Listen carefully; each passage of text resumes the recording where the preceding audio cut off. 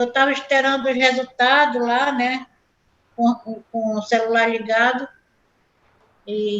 Porque ela foi à noitinha já para o hospital. Ainda foram lá para o Platão Araújo, bater os exames para lá, para depois voltar. Olha, eu acho assim, esses hospitais, em vez de centralizar tudo num, não. Ele quer tirar um exame, vai lá para outro hospital. Depois que vem, vai na ambulância, sabe? Sinceramente, é uma mutilação para o paciente.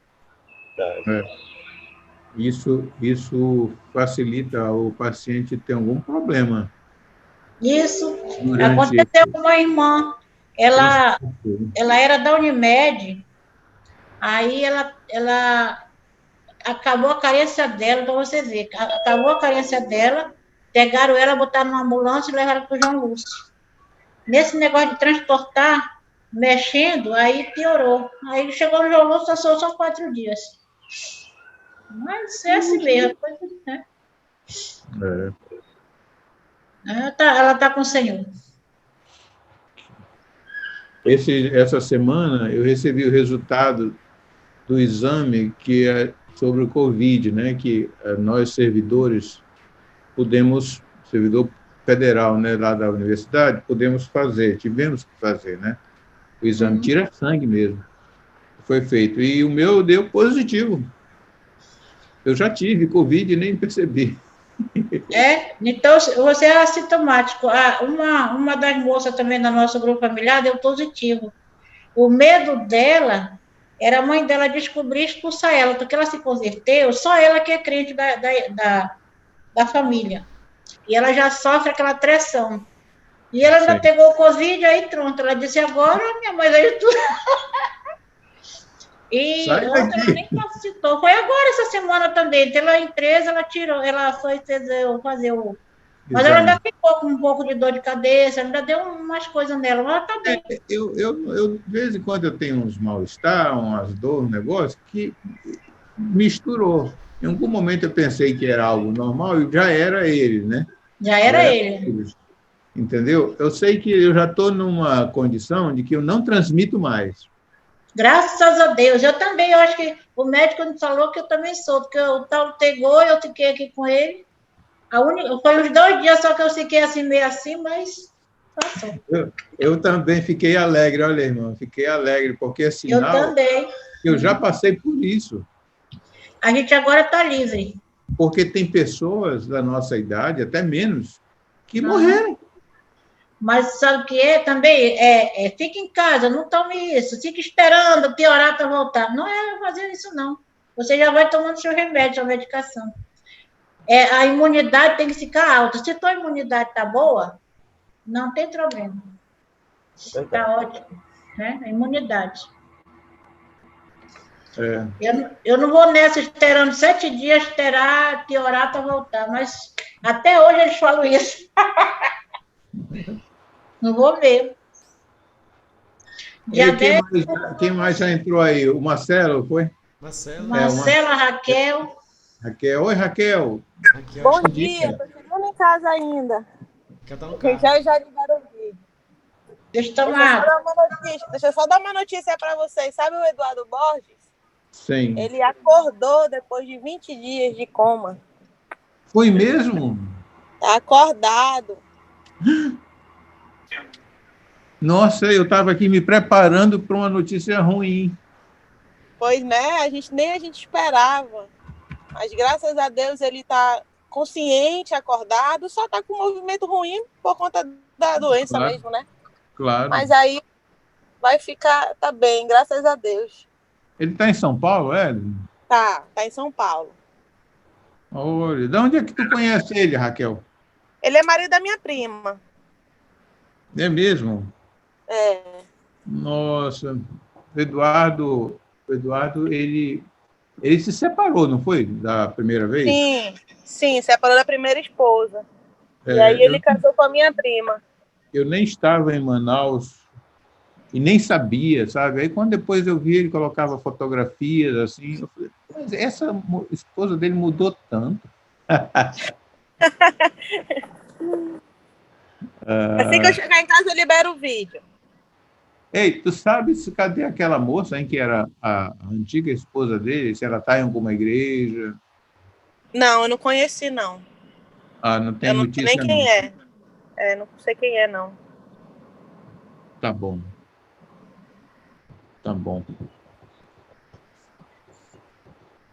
Marcelo, tudo bem, Marcelo? Bom dia. Bom dia. Por que o Marcelo não está aparecendo aí? Ele está sim. Não, aí no pequenininho, mas quando ele falou, não tinha que vir a imagem dele? Sim. Normalmente sim, né, Paulo? Mas olha, gente, eu acho que com essa questão do horário e tudo, algumas pessoas preferiram não estar nessa, né, nessa aula. Não sei. Eu transferia de 10 horas. Pois é, entendeu? Né? Fazer um almoço Então, depois. a gente vai... Olha, como a nossa classe... Ouçam aí, a gente pode discutir esse assunto, eu não estou... Verdade. Mas como a nossa classe, certo? Ela não vai estar se reunindo presencialmente, a menos que os irmãos queiram, né? Uhum. Mas se ela não vai estar reunindo presencialmente e vai estar continuando nesse formato, a gente pode fazer o nosso horário. Eu vou solicitar isso do irmão pastor Arieusto, sabe? Por causa, tá certo, da conveniência, principalmente para quem tem que fazer almoço. Né? Verdade. Não, mas eu acho um horário, né, que agora, à tarde eu vou para casa da minha irmã. Então, eu achei assim muito já demorado. Eu só vou agora à tarde. É. Mas aí O que vocês acham? a irmã Lisete e a Raquel, por exemplo, elas vão para o culto de manhã, né? Acho que elas não iriam participar. Ah, é mesmo. É. A Gisete vai para o culto, né? Uhum. Mas eu também gostaria que fosse 10 horas. Achei um bom horário para... Inclusive, para... A Adelaide está... Os estudiosos dizem que esse horário de 10 horas é um bom horário para dar uma aula, né? Perfeito para dar. Não é tão tarde, Pois é. Não é tão cedo. Isso. A gente está, eu acho que, bastante ativo no cérebro, né? 10 horas é um horário para estudar. 11 horas já tem a pressão do almoço no dia, né? É. E você já está um pouco mais cansado. Né? Verdade. Quem acorda cedo está um pouco mais cansado. Eu estou sonolento. Qual foi o horário mais tarde que vocês já conseguiram acordar? O meu é sempre 6 9 horas. 6 horas eu acordo. Eu não consigo ficar depois das 6 de jeito nenhum. Olha, ontem eu dormi era 1 hora, 1h30 mais ou menos, mas 6 horas eu me acordo. É. Eu acordei às 4. Aí eu fiquei bolando assim na cadeira da sala, sabe? Aquela cadeira do papai. Uhum. Aí eu fui para lá, fiquei ali, você sonha e acorda, ouve os passarinhos e tudo, não sabe se está acordado, se está dormindo. Eu voltei para a cama também, não sei se eu dormi. Eu sei que eu estou aqui morrendo de sono. Viu, Aldo? No auge da pandemia, eu chegava a dormir até 11 da manhã. Olha, então você é jovem ainda. Eu não sei se isso também me ajudou a perder os 8 quilos, né?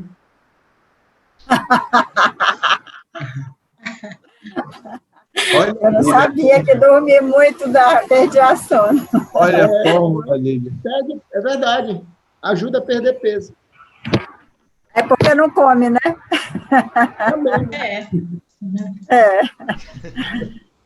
Eu acho que eu vou começar a fazer uma hibernação. Não, eu bom acho... dia, gente. Bom dia. Nem dei bom dia. Bom dia. Célia, bom dia. Eu acho, viu, Marcelo? Eu acho que desde a hora que eu sentei para o café até agora, eu acho que eu já comi, eu acho que uns 600 calorias.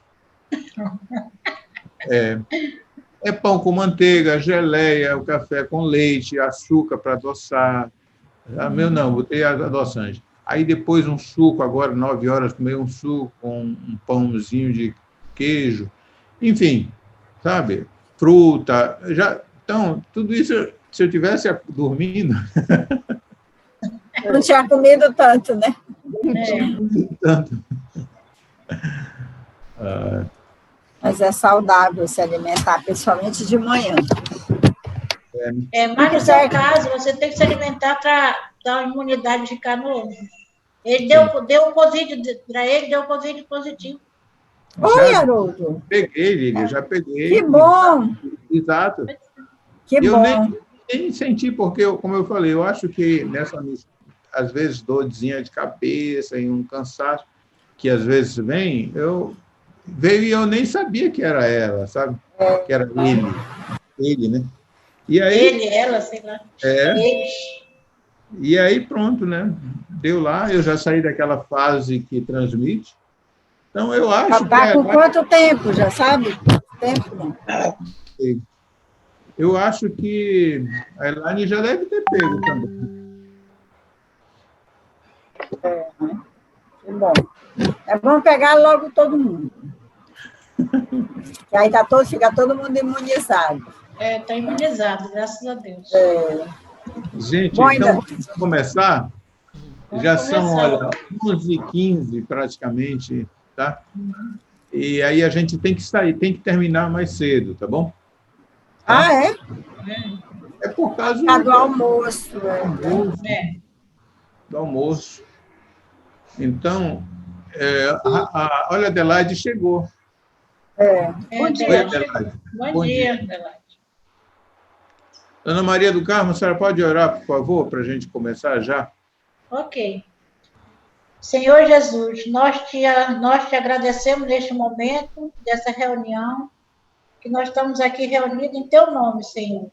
Que o Senhor venha, Senhor Jesus, abrir o nosso coração, Senhor, que o Espírito Santo esteja aqui presente, derramando a tua sabedoria, Senhor, em cada um de nós.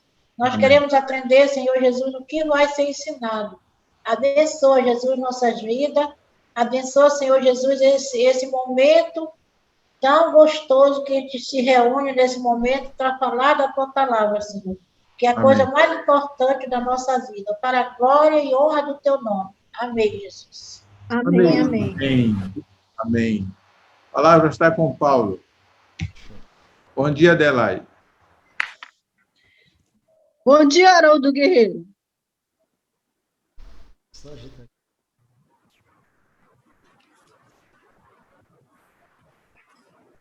Então, hoje nós vamos continuar o que paramos na semana passada, mas antes disso eu vou só repassar aqui um pouquinho o que nós vimos na semana passada, né?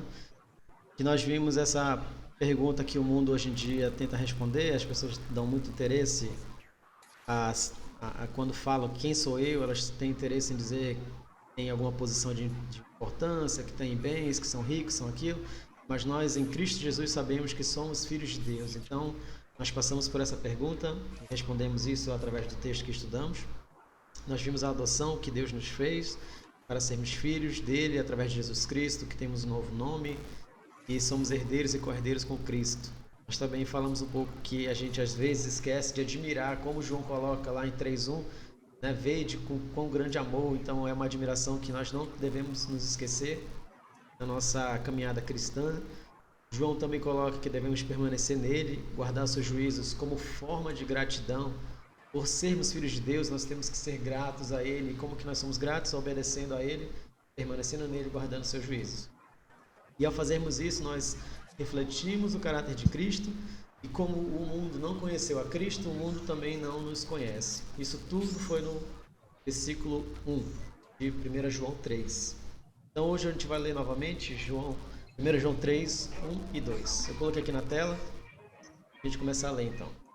Vede que grande amor nos tem concedido o Pai, a ponto de sermos chamados filhos de Deus. E de fato, somos filhos de Deus.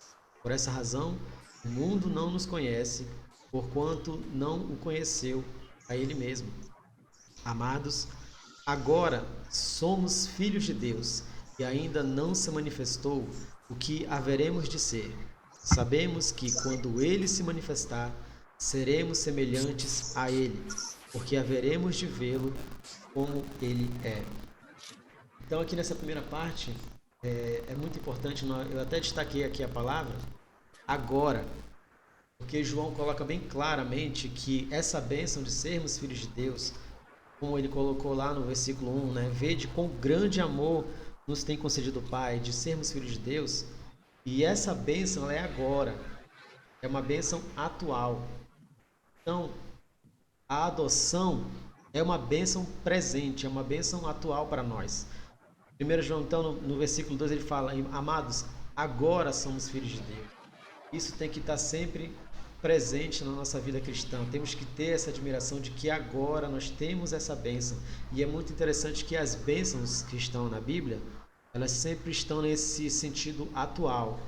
Como, por exemplo, a justificação é uma bênção também presente. Como está em Romanos 8:1, Paulo escreve: agora, pois, já nenhuma condenação há para os que estão em Cristo Jesus. Olha, novamente aqui a palavra agora quer dizer é uma bênção atual, é uma bênção que a gente recebe e nós temos que ter sempre isso em mente na nossa vida cristã, que é agora, nós não somos mais condenados, agora somos filhos de Deus.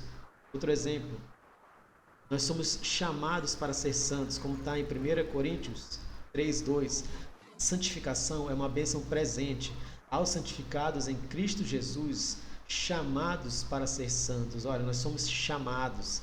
Isso é um privilégio que Deus nos dá, de sermos chamados hoje, agora, para sermos santos. Durante a nossa vida cristã, nós somos chamados para ser santos.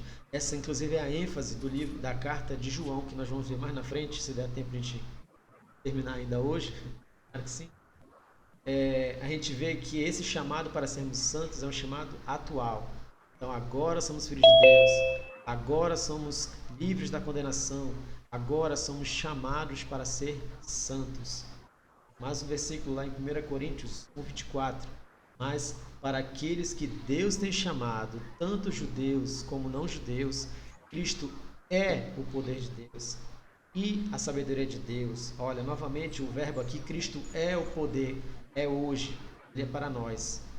Então, essa ênfase do agora que eu estou tentando trazer esse versículo 2 da primeira carta de João 3, é que é hoje, é agora que nós somos filhos de Deus, nós somos justificados, nós somos chamados para ser santos.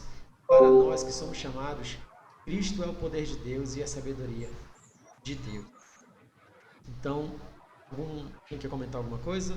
A gente vai passar para o próximo ponto.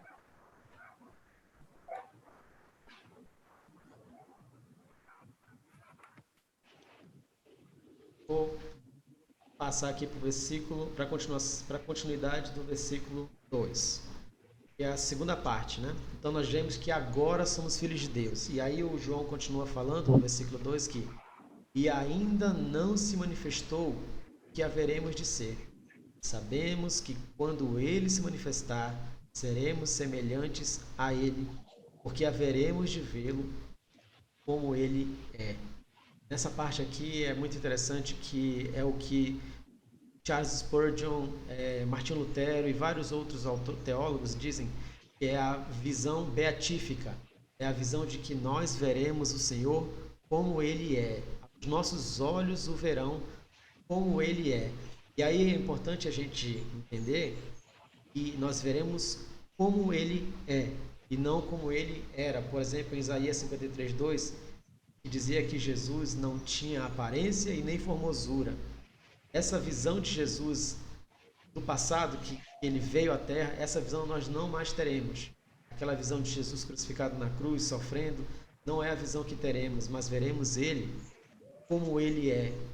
Como está, por exemplo, em Isaías 63:1.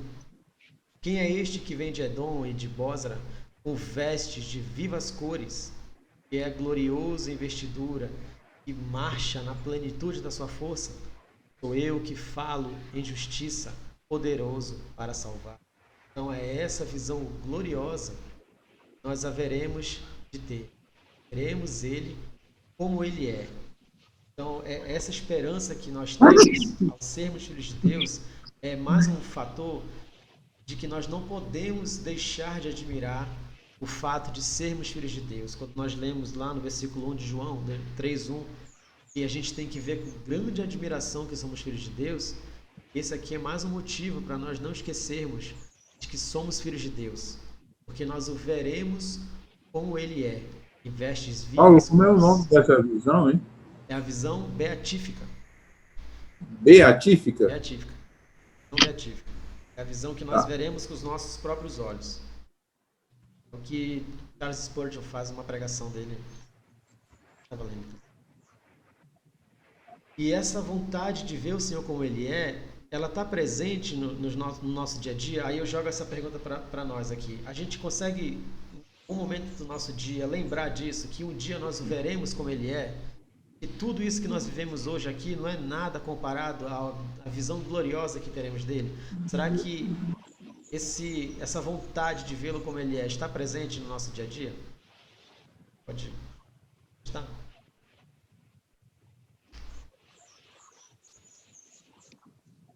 Eu acho que nós nem imaginamos assim como ele é verdadeiramente. Né? Eu acho que a nossa mente é tão limitada, né, que eu acho que o pouco que nós sabemos, para nós já é bastante. Né? Imagina como realmente ele é. Eu fiquei lembrando aqui daquela passagem que Paulo diz assim, que eu tenho por certo, não me lembro agora a palavra certa, que ele fala assim, que os sofrimentos do tempo presente não são para comparar com a glória por vir a ser revelada em nós, né? Mas ele tinha alguma sensação, alguma percepção, né? Eu não me lembro do texto, o que ele fala exatamente, se eu tenho por certo, eu não me lembro. Mas eu acho que é em Romanos, que ele fala um pouco. Então, não é apenas uma revelação, é alguma experiência que ele tem. Bom, a gente sabe que ele foi ao terceiro céu, né? Lá na frente, eu ver. Eu penso que o sofrimento durante a nossa vida não pode ser comparado. É isso mesmo. Então, mas é como se partisse de uma experiência dele, sabe? Então, ali ele estava falando aí que a nossa mente chega até um ponto, só ela não avança mais. Sim, é verdade. Então, essa esperança de vermos como ele é outro motivo que nós temos que ter para que nos alegremos e tenhamos essa convicção e essa alegria, né? Como João colocou, grande amor o Senhor nos deu, que a gente possa ter noção do grande amor que ele tem para nós ao nos adotar como filhos, porque nós temos essa esperança que o veremos como ele é. Como, por exemplo, Moisés, né, que falou, então rogo-te que me mostres a tua glória. Essa vontade que Moisés teve de ver a Deus, né, essa vontade acho que tinha que estar também presente no nosso coração. Assim como também Jó falou lá em 19:25, porque eu sei que o meu Redentor vive e por fim se levantará sobre a terra. Versículo 27, o Jó diz, vê-lo-ei por mim mesmo, meus olhos o verão, e não outros. De saudade me desfalece o coração dentro de mim. Outra versão diz que eu desejo tanto esse momento, né? Então é até interessante que aqui o Jó diz, de saudade me desfalece o coração. Quer dizer, ele já está com saudade daquilo que ele ainda não viveu. Assim foi um trocadilho que o Neymar fez um certo tempo, não sei se alguém lembra, de ter saudade daquilo que ainda não viveu, né? E o Jó fala isso aqui.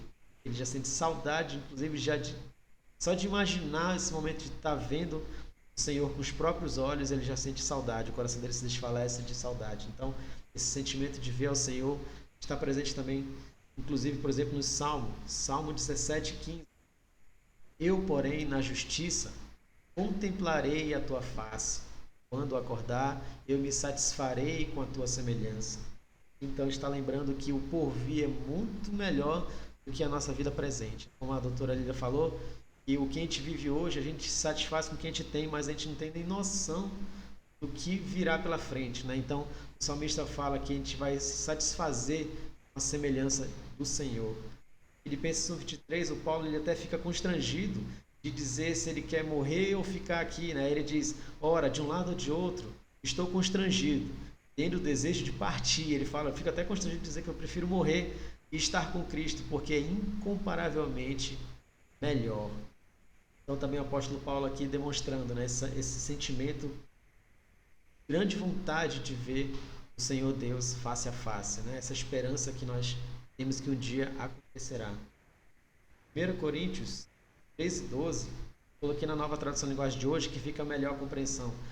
Está escrito: o que agora vemos é como uma imagem imperfeita num espelho embaçado, mas depois veremos face a face. Agora o meu conhecimento é imperfeito, mas depois conhecerei perfeitamente, assim como sou conhecido por Deus.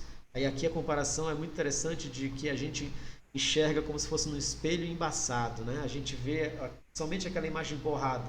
Então a gente lê a Bíblia, de Gênesis ao Apocalipse, nós sabemos que o Senhor Jesus está ali manifesto, o poder de Deus, as grandes bênçãos que o Senhor fez, as promessas e os cumprimentos. Apocalipse mostra o porvir. Tudo isso que nós temos hoje ao alcance é apenas uma imagem embaçada. Então imagina, se a gente lê o que está na Bíblia, a gente já se sente feliz por tudo aquilo que aconteceu e acontecerá. Imagine então quando nós o vermos face a face. Tudo isso é apenas uma imagem embaçada. Nós o veremos face a face. E aí aqui eu coloco um comentário, Martinho Lutero falando sobre esse versículo. Ele diz: na visão futura não teremos mais necessidade de fé, pois então não veremos obscuramente através de um espelho como vemos agora, mas veremos face a face. Haverá um brilho mais glorioso da majestade eterna, qual veremos Deus assim como Ele é. Haverá um conhecimento e amor verdadeiro e perfeito por Deus. E aqui é muito interessante que acho que Martinho Lutero e João Calvino falam que sobre a fé, né? A fé é aquela certeza das coisas que se não veem. E a partir do momento que a gente vê, a gente não vai mais necessitar de fé. Então é isso que o Martinho Lutero está pontuando aqui. Que é a necessidade que nós temos de fé hoje, que nós não vemos. Mas quando nós o virmos face a face, não haverá mais a necessidade de fé. Amém? Paulo, Pode falar. esse versículo eu vinha pensando nele, mas nem me lembrava totalmente. A questão do ver embaçado, né? Uhum. Nós vemos com dificuldade. Tem aspectos da majestade de Deus que a gente vê na natureza, vê em algumas situações, vê em nós, inclusive, né? Que quem nós somos de fato, nós ainda não conhecemos, estamos em processo, né? E isso para mim, bate também como muito, assim, uma grande curiosidade das coisas que Deus faz, que já nos deixa maravilhados, né? Que a gente observa, vê as cores, a natureza, a beleza das coisas que Ele fez, né? Agora, você imagina quando isso não estiver embaçado, como que vai ser, né? E a nós mesmos, como nós seremos, então, nesse momento? Eu creio que hoje o que Deus tem feito é colocado no coração dos seus filhos esse desejo e esse anseio, inclusive por justiça, por não ver tanto sofrimento, por fazer com que as pessoas não se deixem levar pelas circunstâncias, e você vê isso, eu vejo isso em mim mesma, né? Muitas vezes você precisa realmente de fé. Para que a palavra e o Senhor Deus são verdadeiros, né? E isso embaça a nossa visão muitas vezes, porque parece que a maldade se multiplica, não é? Então, esse embaçamento, ele cria dificuldade realmente, mas é a palavra quem nos tira esse embaçamento, quem diminui essa dificuldade. Então, o desejo de ver Deus, trazer seu reino plenamente, é uma coisa que, pelo menos a mim, causa muito, muito estímulo, né? De você ser instrumento desse estabelecimento do reino de Deus. Não é nada que eu queira dizer que seja visível apenas, mas algo que promova em nós esse desejo de conhecer mais a Deus, que é, no final de contas, tudo que realmente a gente precisa. Amém. A irmã Berenice está tentando entrar, eu acho que não conseguiu ligar o microfone. Irmã Berenice? Sim. Me chamou a atenção, viu, Paulo, rapidamente, como para Deus é importante ele se mostrar aos nossos olhos. Porque tem aquele conhecimento que a gente tem via revelação íntima, né? O Espírito Santo, por exemplo, ele comunica com o nosso espírito que somos filhos, certo? Isso nós não vemos, é uma comunicação de outro jeito, é uma informação que você adquire muito poderosa, certo? Mas não é pelos olhos. E assim muitas coisas que nós recebemos de Deus, certo? Por exemplo, nós nem só de pão vive o homem, mas de toda palavra que procede da boca de Deus. Então, ela penetra via ouvido, né? E aí a gente processa no coração, na mente, e lá vem saúde, né? Vem vitalidade. Mas também tem esse outro sentido, né? Que ele sabe que para a gente é muito importante, que é o da visão. Então, eu vejo quando Jó fica feliz, porque é com seus olhos mesmo, né? E não outro, é porque é isso que ser humano gosta tanto, né? É de ver. Porque quais são os apartamentos ou casas que têm maior valor? É que tem a melhor vista, não é assim? É a melhor vista, sabe? A pessoa quer levantar, quer abrir a janela e ter uma vista bonita. Todo mundo é assim, certo? Então, é muito importante para nós, certo? Ver algo bonito, ver algo bacana, ver algo... Certo? Então, no que diz respeito a Deus, ele sabe disso, e aí ele vai satisfazer essa necessidade também de visão, como tu colocou aí aquela outra palavra, né? Certo? Porque parece que é assim, a gente tem horas que a gente precisa ver. Às vezes a nossa fé está tão balançada, né? Uma vez a minha esposa falou assim, eu estou precisando ver um milagre. Ver um milagre. É você chegar na casa do seu familiar, por exemplo, e ver alguém sensibilizado por Deus, ver alguém falando algo assim importante sobre Deus, sobre Jesus. Entende? Então, tem horas que a nossa vida precisa de ver coisas de Deus, sabe? Isso é tão sério, sabe? O apóstolo aquele que pegou Paulo, né? Barnabé, antes de pegar Paulo, ele foi para Samaria, né? E foi o primeiro lugar que foi o evangelho. Depois de Jerusalém, foi para Samaria, certo? E aí mandaram Barnabé lá para sondar lá, ver o que estava acontecendo. E a palavra diz que Barnabé, quando ele chegou lá, ele viu a graça de Deus. Pensou? Ele viu. Os olhos dele olhavam para aquilo e processaram. Isso aqui eu conheço. Isso eu conheço. Isso eu reconheço. Aí ele sai de lá e vai buscar o apóstolo Paulo, né? Vai buscar Paulo, que ainda não sei se já era apóstolo, né? Ok, pode continuar, Paulo. Então, essa necessidade de nós vermos, é isso, Deus está nos suprindo, né? Quando ele diz que nós haveremos de vê-lo como ele é. Mas, versículo 3 continua novamente o João sendo enfático, falando sobre vida de santidade, porque ele diz, e a si mesmo se purifica todo o que nele tem esta esperança, assim como ele é puro. Ora, todas essas bênçãos que nós acabamos de ver aqui, eu acabei de mostrar para a gente que nós o veremos como ele é, haveremos de ser como ele é, e veremos como ele é, assim, quem tem esta esperança, a si mesmo se purifica, porque nós temos então novamente, o João é enfático nisso, temos que ser gratos a Deus e termos uma vida de santidade, porque uma vida que agrada a Deus é uma vida de santidade. Então, como filhos de Deus, nós temos que nos purificar.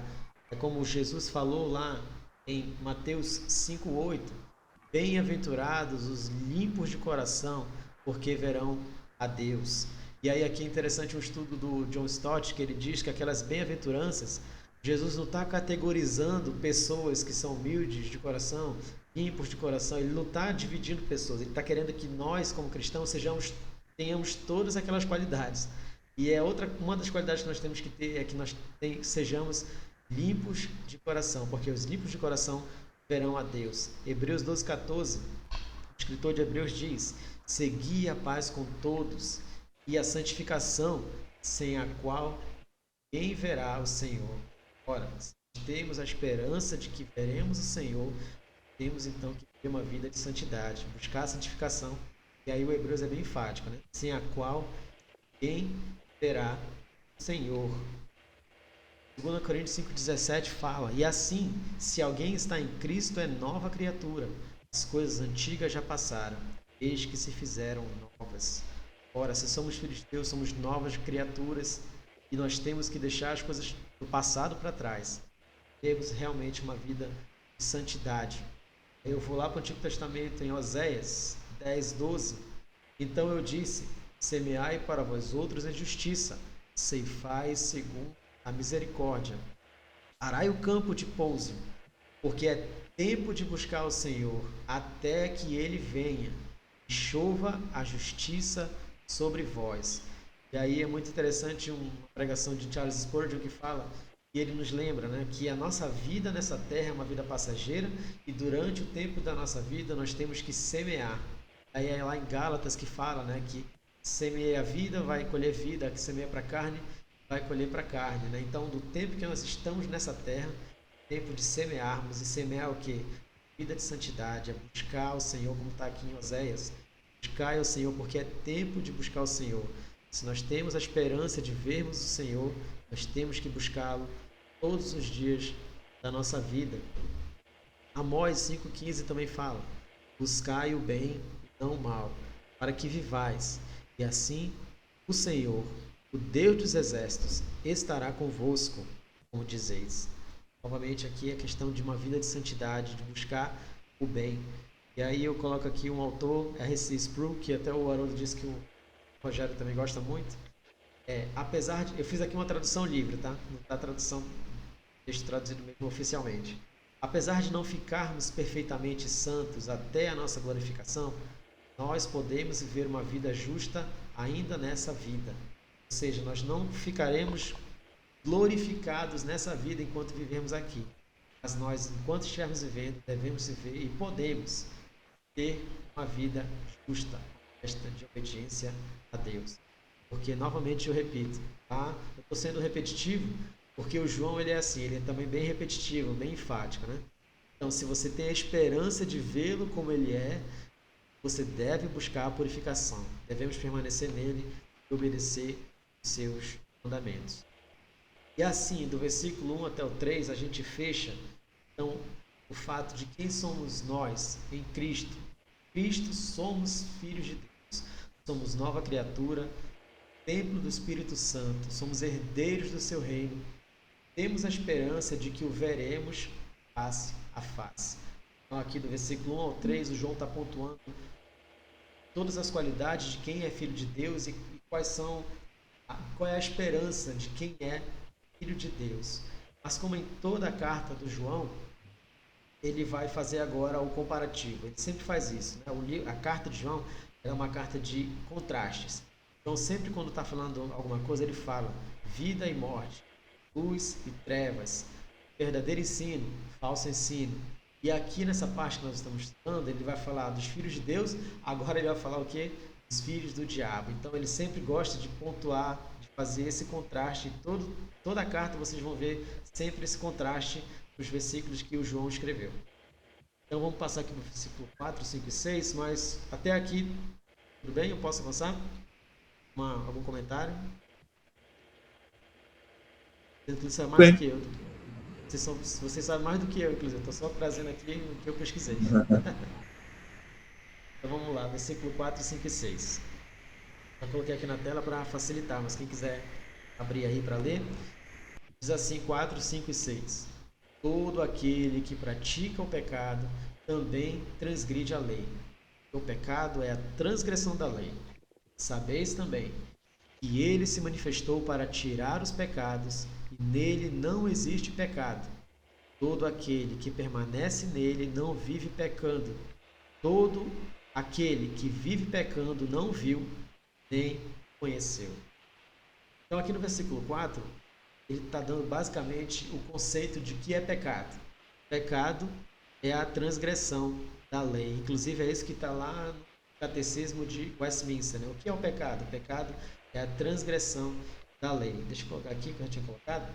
Então, aqui, no Catecismo Maior de Westminster, ele justifica o que é, ele conceitua o pecado. O pecado é qualquer falta de conformidade com a lei de Deus, ou a transgressão de qualquer lei por ele dada como regra à criatura racional.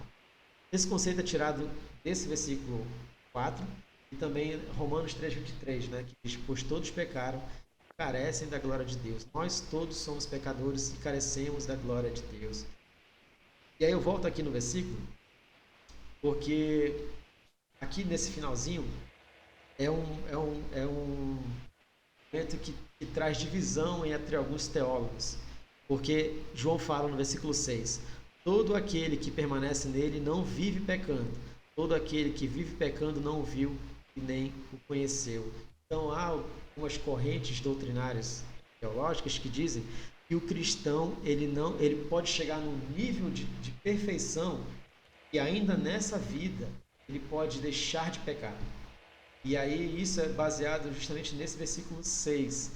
Diz que o cristão ele não vive pecando. Ele consegue, então, esses teólogos, inclusive, vou já colocar aqui mais para frente, eles entendem que o homem, por si só, nessa vida, buscando uma vida de santidade, consegue deixar de pecar, ainda nessa vida. E um outro ponto também, e aí é um ponto que diverge aqui, né? Porque João termina dizendo assim: todo aquele que vive pecando não o viu nem o conheceu. Aí fica aquela questão. Então, se você chega no nível de santidade e não peca, e aí João diz que quem vive pecando não o viu nem o conheceu, e o próprio João viu Jesus e o conheceu, então dá a entender que o próprio João estava dizendo que ele não pecava. Porque se o João viu Jesus e o conheceu, ele deixou de pecar. E é algo totalmente fora da realidade do que toda a Bíblia nos diz, né? Nós carecemos da glória de Deus e todos pecaram. Então, nós não cremos nessa teologia de que o homem consegue, ainda nessa terra, deixar de pecar. Nós continuamos pecadores. É isso que diz aqui. Aí eu vou trazer, então, a doutrina da perfeição cristã. É isso que eu estou falando aqui, que é John Wesley, que trouxe, um dos primeiros que trouxe essa ideia, que diz que os cristãos são perfeitos de tal forma que não podem cometer pecados e estão livres de maus pensamentos e temperamentos maus. Peguei, inclusive, isso aqui do sermão que ele deu, e é isso que eu estou trazendo aqui para vocês, é justamente baseado nesse versículo 4 de 1 João 3. Ele entendia isso, que os homens podem ficar sem cometer pecados ainda nessa vida. Mas nós não cremos nisso, e aí nós entendemos o que trouxe Martinho Lutero, né? É reformada, que diz: simos justus et peccator, simultaneamente justos e pecadores. Essa aqui é o nosso entendimento e é o que está condizente com toda a palavra de Deus, né? Nós somos justos perante Deus, mas ainda continuamos como pecadores. Mas o nosso pecado ele já está limpo pelo sangue de Cristo que nos justificou perante Deus. Então, a teologia de John Wesley ela não é aceita por nós, e nós entendemos assim, dessa forma, que Martinho Lutero nos traz essa frase latim que é muito famosa dele: simul justus et peccator. Alguém sabe se a igreja wesleyana crê desse jeito, Paulo? Alguém aqui do grupo sabe?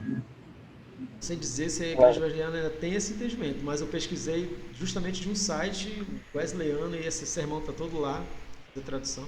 Eu acho que não, eu nunca vi um wesleyano assim, mas eu já vi gente com essa mentalidade. Me lembro de São Carlos, né, tinha um grupo que se levantava, que chamava membros da igreja local. eles não tinham um nome de denominação.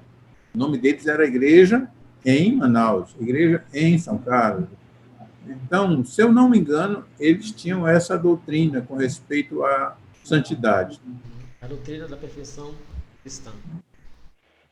Chega no nível que você deixa de pecar nesta vida ainda. É a doutrina que nós não entendemos. E a forma que nós podemos tirar desse versículo 6 é esta: que todo aquele que permanece nele não vive pecando. E aí é a Marta, né? É isso, Luiz? Marta, né? Que é vive pecando, não vive pecando, né? Todo aquele que vive pecando, a Marta não viu nem o conheceu. A ideia aqui é da pessoa deliberadamente pecar, de forma habitual. Então, aquele que está em Cristo, ele não peca de forma deliberada, não peca de forma habitual. Esse é o entendimento que nós temos, conforme o Martim Lutero e vários outros teólogos, né, entendem que é isso que o João quis passar no versículo 4, 5, 6.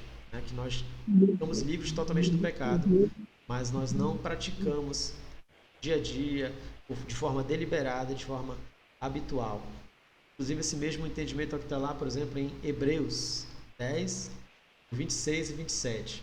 Porque se vivermos deliberadamente em pecado, depois de termos recebido o pleno conhecimento da verdade, já não resta sacrifício pelos pecados. Pelo contrário, certa expectação horrível de juízo e fogo vingador prestes a consumir os adversários. E aí é interessante o comentário de João Calvino, John Owen e outros teólogos que dizem que o que ele está querendo dizer aqui é que são aqueles que nunca de fato tiveram fé em Cristo. Quem diz que é de Cristo, que recebeu o Senhor Jesus no seu coração e deliberadamente continua em pecado, estes de fato não receberam Cristo no coração. E nós entendemos que aqueles que recebem Cristo de fato no seu coração não vivem deliberadamente em pecado, né? Que a gente crê na doutrina da eleição, né? Predestinados. Então, aqueles que são predestinados, eles não vivem deliberadamente em pecado. E somente aqueles que de fato não tiveram fé em Cristo é que vivem dessa forma. Vivem deliberadamente pecando. Paulo, pastor Júnior, ele dizia assim: se nós fôssemos perfeitos, nós seríamos tão vaidosos. É mesmo, é mesmo. E aí o próprio João... Paulo, eu me lembrei de Romanos 7, né? Aquela fala de Paulo a respeito dele mesmo, né?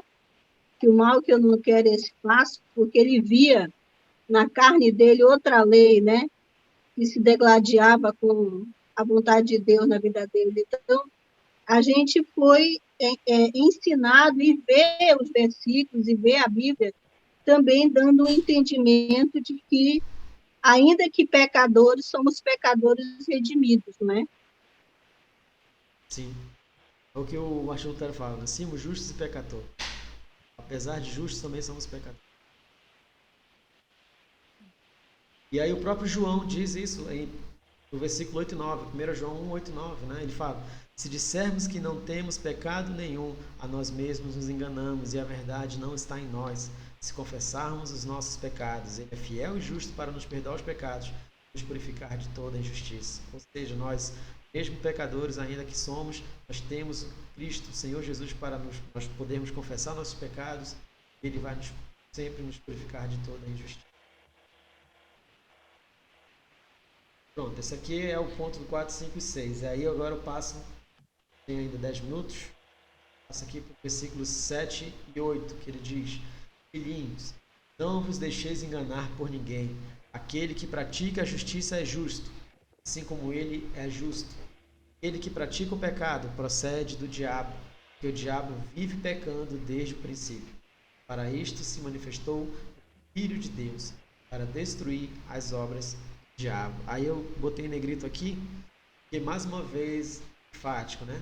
Bom, é enfático em dizer que devemos praticar justiça, devemos ser justos, devemos nos purificar, devemos ter uma vida de santidade, para que, mais uma vez, o João enfatizando isso no versículo 7. E aquilo que eu falei, né? Toda vez que o João fala de que somos filhos de Deus, ele também fala dos filhos do diabo, ele faz o contraste, né? No versículo 8 a gente vê esse contraste. Aquele que pratica o pecado procede do diabo, porque o diabo vive pecando desde o princípio. Os que são justos são filhos de Deus, e os que praticam o pecado são filhos do diabo. Ó, mais uma vez aqui na carta de João. E aí ele termina dizendo que para isto se manifestou o Filho de Deus, para destruir as obras do pecado. E é interessante aqui que o ministério do João ele ocorreu por volta do ano 70, né? Naquela região ali onde está as 7 igrejas. Aqui Apocalipse 11 fala das 7 igrejas que nós estávamos inclusive estudando nos últimos domingos, né? No grupo familiar também. Então o ministério de João ali naquela região ocorreu e ele sentiu a necessidade, depois que ele escreveu o evangelho para aqueles irmãos, ele sentiu a necessidade de dar mais uma orientação. E aí foi por isso que ele escreveu essa primeira carta, e acredita-se que ela foi escrita por volta do ano 90. E então ele é bem enfático falar de vida de santidade, e ele tenta sempre mostrar os falsos ensinos. E aí os falsos ensinos são o proto-gnosticismo, porque o gnosticismo ele nasceu de fato depois, mas naquele momento já estava nascendo ali as primeiras ideias dos gnósticos, né? Doutrinas que são hereges, né? Que são contrárias ao verdadeiro ensino. E aí, por exemplo, a gente vê lá no 1 João 2,18, ele diz que eles saíram do meio de nós, né? Então o João está apontando que essas pessoas eles não eram de fato crentes em Jesus Cristo, e eles saíram do meio de nós. Então, Paulo, 2, oi?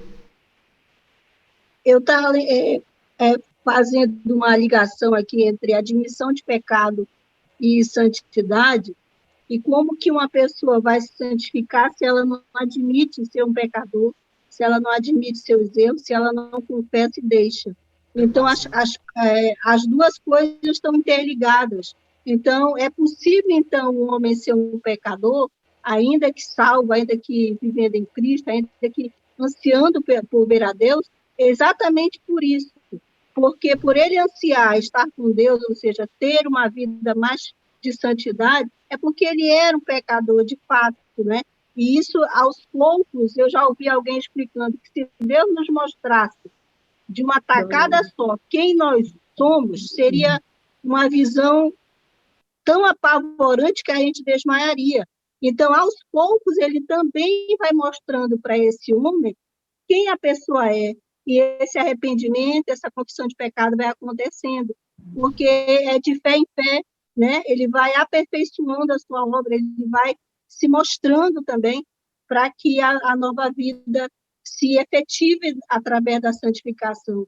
Então, não há perfeito, a não ser Jesus. Então, nós somos feitura, nós somos aqueles que, para ele poder ter vida conosco, a gente sabe que precisa admitir pecado para ter santidade. Verdade. Com certeza. E aí, continuando aqui mais falando, Cerinto, está escrito aqui na tela, esse Cerinto foi um líder desses hereges que dizia, por exemplo, que Jesus, o homem Jesus, ele não era o Cristo. Ele nasceu de uma mulher, da relação de José e Maria, ele era um homem muito bom, e aí, num certo momento, quando ele foi batizado, que desceu do céu aquela pomba branca, aquele momento representou que o Cristo, o Espírito do Cristo, entrou nele. E aí ele fez o seu ministério, e antes de ele morrer, o Cristo saiu dele. Quer dizer, um termo totalmente herege, né? Não sabe de onde que tirou isso. E é por isso que, por exemplo, lá em João, 1 João 5 a 8, né? João está rebatendo justamente essas heresias do Cerinto. Ele começa dizendo no versículo 5, quem é que vence o mundo, senão aquele que crê que Jesus é o Filho de Deus? Aí que João está sendo enfático, Jesus é o Filho de Deus. Então, vai rebatendo, e aí essa carta é totalmente para isso, para rebater os falsos ensinos e ser bem enfático do fato que nós temos que sermos santos, nós temos que sabermos que nós éramos condenados, mas hoje nós somos filhos de Deus, e que agora, como filhos de Deus, temos que ter essa vida de santidade. E aí no versículo 9 e 10, para a gente fechar aqui o assunto, todo aquele que é nascido de Deus não vive na prática de pecado. Aí, inclusive, esse versículo 9 está explicando mais ainda o versículo 6, né? não vive na prática do pecado, pois o que permanece nele é a divina semente. Ora, esse não pode viver pecando porque é nascido de Deus. Isto são manifestos os filhos de Deus e os filhos do diabo. Todo aquele que não pratica a justiça não procede de Deus, nem aquele que não ama a seu irmão. Então aqui o João, como eu falei, ele está explicando mais ainda o que ele disse no versículo 6, viver na prática do pecado. E nós, que somos filhos de Deus, que cremos de fato no seu Filho, em Cristo Jesus, recebemos Ele como nosso Senhor, nós somos justificados, nós não temos como viver na prática do pecado, porque nós somos nascidos de Deus. E aí aqui é um ponto que ele coloca a divina semente. E aí nenhum teólogo consegue dizer o que é essa divina semente. O que é a divina semente que nós recebemos? É o Evangelho? É o Espírito Santo? Não se sabe, mas o que se sabe realmente é que se for um ou outro, nós sabemos que tudo tem a ver com a divindade, né? Com a bênção que o Senhor Deus nos dá no coração, para que sejamos filhos de Deus e não vivamos na prática do pecado. E essa questão de que Jesus já tinha confrontado, por exemplo, os fariseus, que eles clamavam serem filhos de Abraão, né? Que eles diziam que eles também eram filhos de Deus, filhos de Abraão, e aí, no entanto, Jesus, lá no versículo 44, fala bem claramente para eles, né? Vocês são filhos do diabo. E eles não estavam, de fato, com fé, realmente crendo e seguindo os propósitos de Deus e os mandamentos, né? João 1, 5 a 6, ele fala bem enfático que nós devemos andar na luz, né? E aí aquela questão que eu estou falando, ênfase de João falando para nós vivermos na luz, amarmos uns aos outros e obedecermos os mandamentos do Senhor. Que essa ênfase possa estar no nosso coração. Quando a gente lê essa carta, sempre isso está presente no nosso coração, né? Nós temos que ter uma vida de santidade.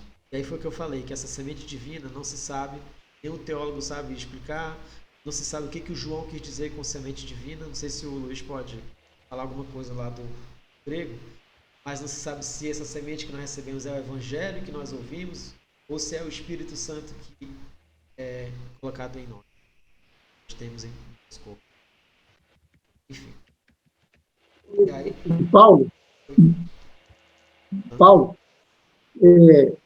só apontando um versículo naquele ponto que você falou sobre aquela teoria wesleyana, né? Sim. Que diz, que afirma que a gente não deve, quem é convertido não peca mais.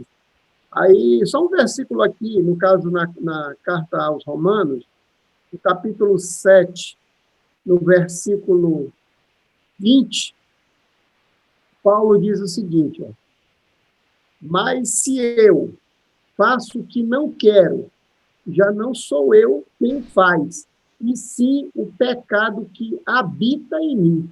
Então, admite a possibilidade de pecar. Eu digo, esse versículo ele só reforça, tem outros também, né? Mas esse aqui de Paulo deixa bem claro que nós não estamos imunes ao pecado. Ele fala que o pecado habita nele. Quando ele estava comentando sobre o que eu quero eu não faço, mas o correto, né, que eu quero eu não faço. Mas o que eu não quero, o errado que eu não quero, esse sim eu faço. Né? Então, ele diz que o pecado habita na gente. Então, habita quer dizer, é uma possibilidade, não que você vá continuamente viver em pecado, mas você não está imune a pecar. Aqui, para mim, fica bem claro isso. Sim, sim. Não, nós temos claramente, né, que essa doutrina realmente ela não condiz, né, com a palavra do Senhor. E aí eu trago aqui 2 Pedro 1,3, porque quando nós temos o novo nascimento, nós recebemos tudo para termos uma vida justa. E isso é interessante que o Pedro fala. Visto como pelo seu divino poder nos têm sido doadas todas as coisas que conduzem à vida e à piedade, pelo conhecimento completo daquele que nos chamou para a sua própria glória e virtude. Então, João fala que nós devemos viver na prática da justiça, viver uma vida de santidade, buscar a purificação sem a qual ninguém verá Deus. O Senhor Deus nos dá todas as coisas que conduzem à vida pelo pleno conhecimento dele. Então, na palavra de Deus, estando sempre perto dele, buscando a santidade, nós temos como ter uma vida de piedade, uma vida justa, uma vida de santidade. E basicamente é isso que eu tinha para trazer hoje. Tinha mais algumas coisas aqui, mas acho que já pulamos o tempo. Pedido. Pronto? Obrigado, Paulo. Nós vamos orar agora, tá certo? Pela irmã, pela sua tia, né? Minha tia. Irmã da Dona Maria do Carmo, que parece que teve um terceiro AVC, tá, gente? Vamos agradecer pela vida do Eduardo Borges, que acordou em 20 dias de coma, né? E pronto, por causa do horário, tá, gente? Tá? Então, Paulo, tira aí agora, por favor, a apresentação, que é para aparecer os rostinhos de todo mundo. Vê se dá um jeito. Como é que fica aquele monte de gente? Não dá, né? Tem que colocar no teu aí, visão da grade, eu acho. Em cima assim tem visão gradiente, eu acho. Tá aqui, exibição da galera. É. Não é essa a palavra. Gente, muito bem. Então, a Berenice está aí, hein? Tá, eu não né? consigo ligar o microfone, não. Eu não acho que não. Tá bom. Ei, Luiz, hoje você falou menos. Eu gastei meu grego aqui, eles não falam nada. Não, hoje ele está de folga. Tá? Então, eu estou sonolento, ó. Você pode orar agradecendo pela vida do Eduardo Borges, tá certo? E a Raquel, Amazonas, ora pela irmã da Dona Maria do Carmo, que parece que teve um terceiro AVC, tá bom? Terceiro AVC. O nome dela é Joia. Joia. Joia. É apelido, mas é o que Deus conhece ela como Joia também. Porque o nome dela é muito comprido, aí a gente bota só Joia. Bom, tá bom. Tá? Então, Luiz, agradece aí, Luiz. Vamos orar.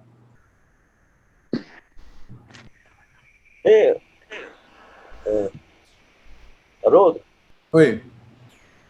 Estava falando aqui, eu não entendi uma parte aí do... Ele não entendeu o que é para orar, Haroldo. Não, uma parte da...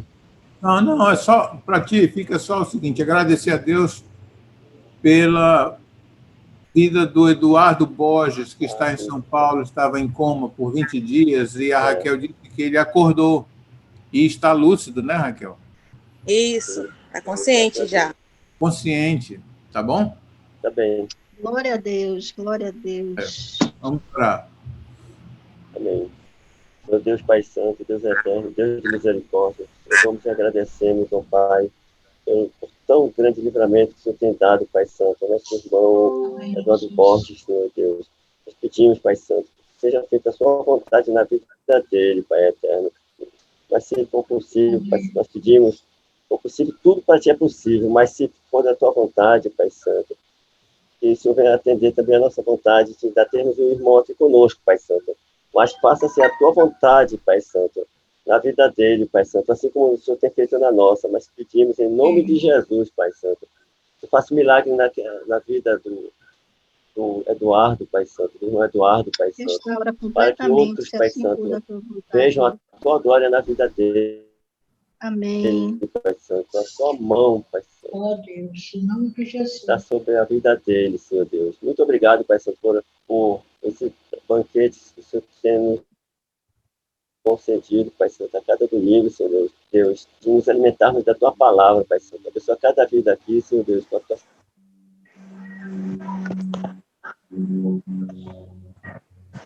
Amém. Amém. Pai Santo, uma continuação do dia, Pai Santo, a tua presença, Pai Santo, que nós não devemos viver na prática do pecado, Pai Santo. Pedimos em nome de Jesus, está conosco nesse dia, e até o final das nós fecharmos nossos olhos, Pai Santo, para essa terra, nós estaremos contigo, Senhor Deus. Por isso te louvamos e agradecemos em nome do Senhor Jesus, ó Pai. Amém, Senhor Deus. Em nome de Jesus. Amém. Senhor, Raquel, por favor. eu te peço pela vida da Joia, que livre ela de todo mal, Senhor. Cura ela, Senhor. Seja sempre a sua vontade. Traga saúde a ela, Senhor. Em nome de Jesus, eu te agradeço por essa semana, por esse dia, Senhor. Em nome de Jesus, amém.